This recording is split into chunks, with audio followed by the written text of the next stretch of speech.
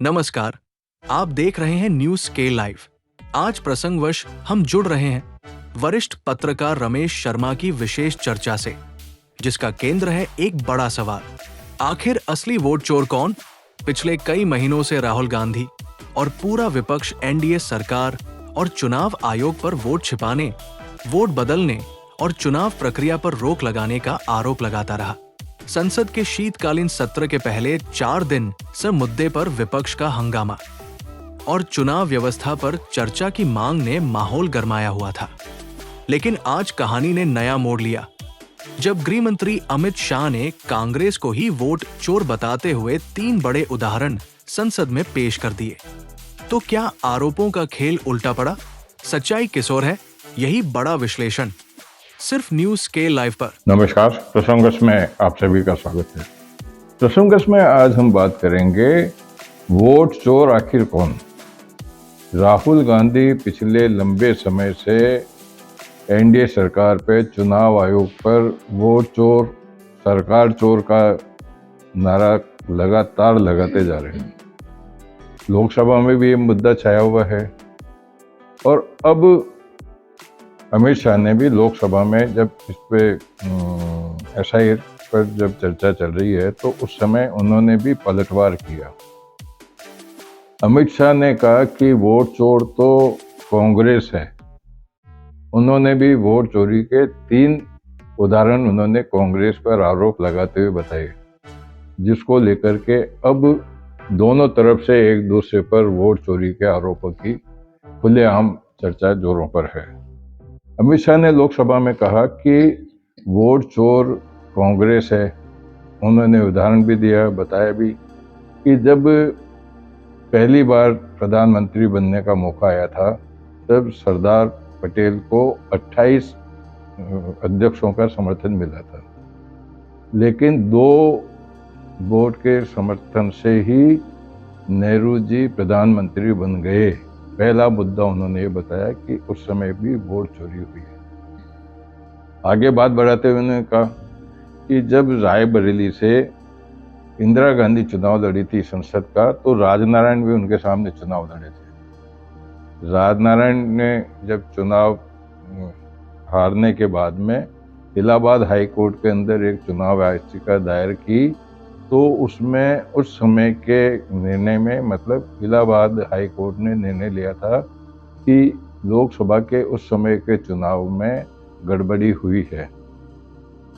गड़बड़ी होने के कारण उन्होंने प्रधानमंत्री, मतलब जब संसद में जब लोकसभा रायबरेली का जब चुनाव ही गड़बड़ी का हुआ, तो प्रधानमंत्री बनने को लेकर के उसमें क्योंकि आपत्ति हो सकती थी, प्रधानमंत्री का पद भी छोड़ना पड़ सकता था, तो अमित शाह ने कहा कि उस समय पर कांग्रेस सरकार ने ये नियम बना दिया कि प्रधानमंत्री के खिलाफ कोई किसी तरह की कार्रवाई नहीं हो सकती।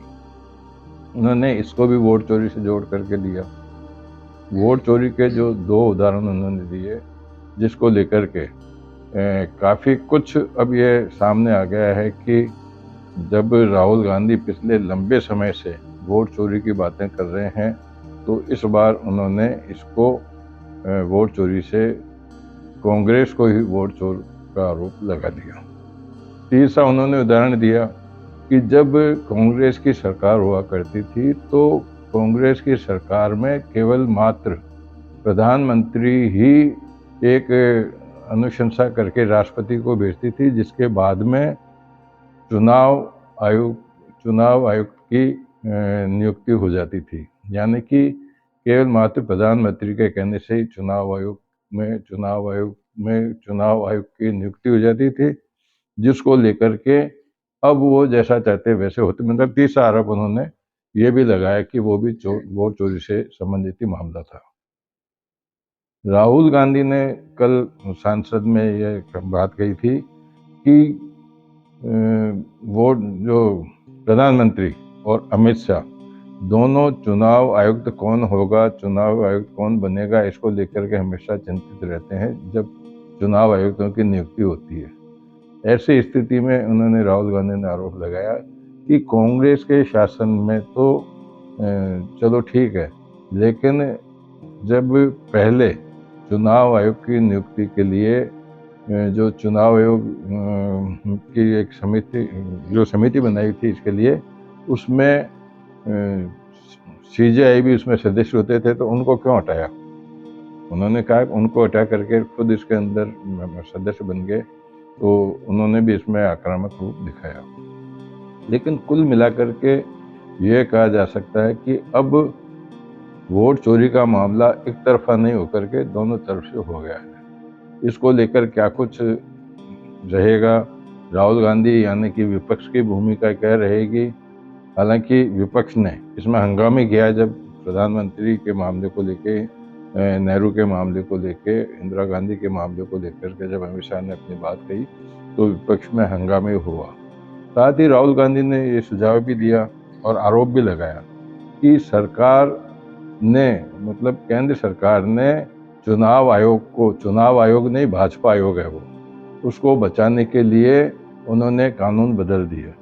लेकिन उन्होंने चुनाव आयोग को भी ये चुनौती देते हुए कहा कि जो नियम उनको बचाने के लिए बनाए गए हैं उन नियमों को वापस विड्रॉ भी किया जा सकता है और उसी तारीख से विड्रॉ किया जा सकता है जिसमें यह कानून बना था उनको बचाने के लिए। ऐसी स्थिति में वो लोग छुपे हुए नहीं रहेंगे जो वोट चोरी में साथ दे रहे हैं।